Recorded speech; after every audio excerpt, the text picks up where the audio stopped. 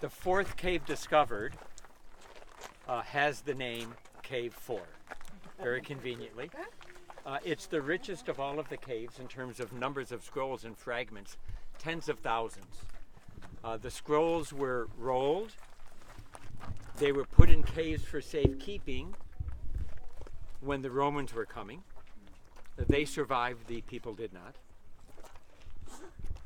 They were not encountered again for almost, 1900 plus years. They were not encountered again.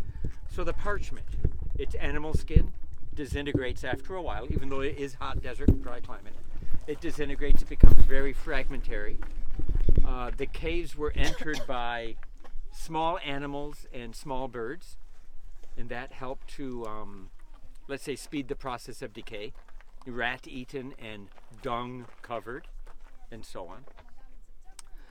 When the scrolls were discovered, first Cave 1 in the limestone cliff, then this site was excavated. It seems to be connected to the scrolls. And Father DeVoe and his team started to find other openings, little squishy areas that they opened up. To get to this cave, you see the opening, you walk along this narrow ridge, and then you see down this spur coming off, and then on, it's about this wide, and it looks like straight down on both sides, and it's soft and crumbly. And then when you get just above, you slide down into one of those two openings above, you see? Which were a little bit opened up by DeVoe.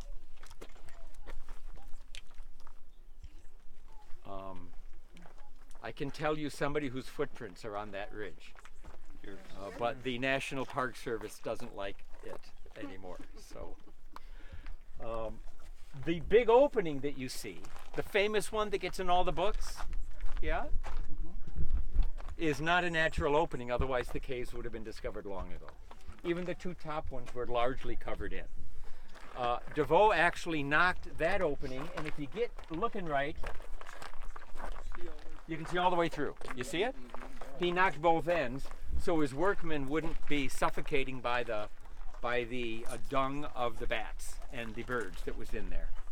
And they were able to then scoop up tens of thousands of fragments.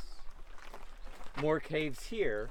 In this case, at the end, if you go to the end and look down, you'll just see a smashed in hill. He actually smashed the ceiling down and then picked the ceiling up in order to get to the scrolls, because he thought the whole thing was going to collapse on its way. All right, by such methods, the scrolls were found. The last cave was found early 1950. The last scroll came out. Since then, this entire cliff line, all the way down to Masada, has been excavated, surveyed, looked at, every single scrappy opening, many, many times. It's probably the most scrutinized face of cliff anywhere on the planet. And other caves, other documents, other finds from other time periods come out that we never would have bothered to look for. All the way from the Bronze Age, from the Copper Age, all the way up to the 2nd century AD. We find scrolls and things. The last scroll in the early 1950s, people are still looking for caves. They did ground penetrating radar when they put in the concrete for this awning about 15 years ago. They found like openings, but not enough to worth digging on. A team found Cave 12 last year. Cave 12 last year.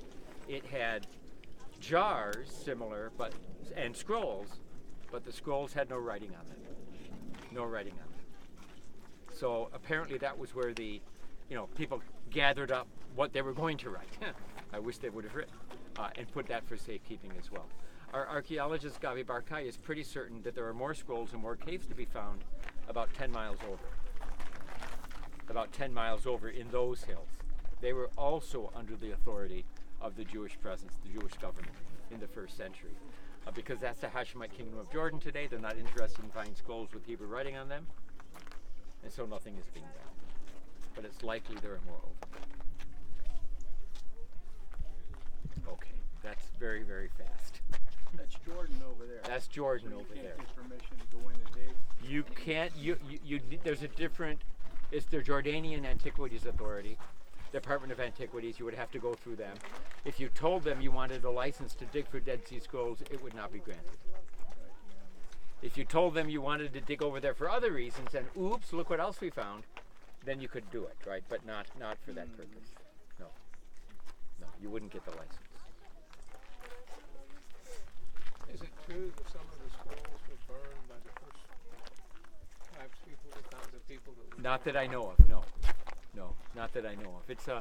It's a long and intricate and cloak and dagger story about how they were found and how they were recovered and how they got to the hands of the scholars. And this was in Jordan at the time, but how they ended up then in Israel. And that happened when they came to light, when they first showed up in an antiquity shop in Bethlehem. That was the very same weekend, the very same year, the very same month, when the United Nations voted to divide the land between Jewish and Arab states. And the people in Israel, the Jews in Israel, waiting for the vote in favor of this being a Jewish state by the UN,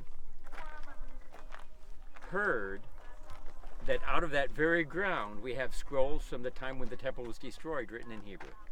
And they said, this is not a coincidental discovery. This is a God thing, they said. And we're able to actually, through second hand, buy them. And now they're in the museum in Jerusalem. Do we know who discovered it initially? We know the tribe, the Tamara tribe. Jewish or Arab Bedouin. Arab Bedouin. The people who are now living, the Arabs living around Herodian. They knew who would pay money for it. They knew who would pay money for it. They knew who would pay money for it, and they came with the story that I was chasing my sheep and I threw a rock and I found the scrolls. And to me, it's all a little too convenient. A little too convenient, the story. Yeah. You can buy books on the scrolls. There's lots of them, both popular and a bit more heavy duty. Some, the first book I would say read one just on the sort of the discovery of the site, kind of the sort of the history of the human endeavor to find the site and tracking the scrolls and deciphering them, things like that. It's kind of a human interest story. And then the next level would be to read something on how they compare to the Bible, in a way, and go at it. I mean, Discovery Channel, those kinds of places have a good time. We'll talk more. Godfrey's question about the Last Supper meal and men carrying water jars and things is a very, he's touching on a widely held idea connecting the Essenes to Jesus. And I want to wait, and we'll mention it some in a couple of days when we're at a room of the Last Supper.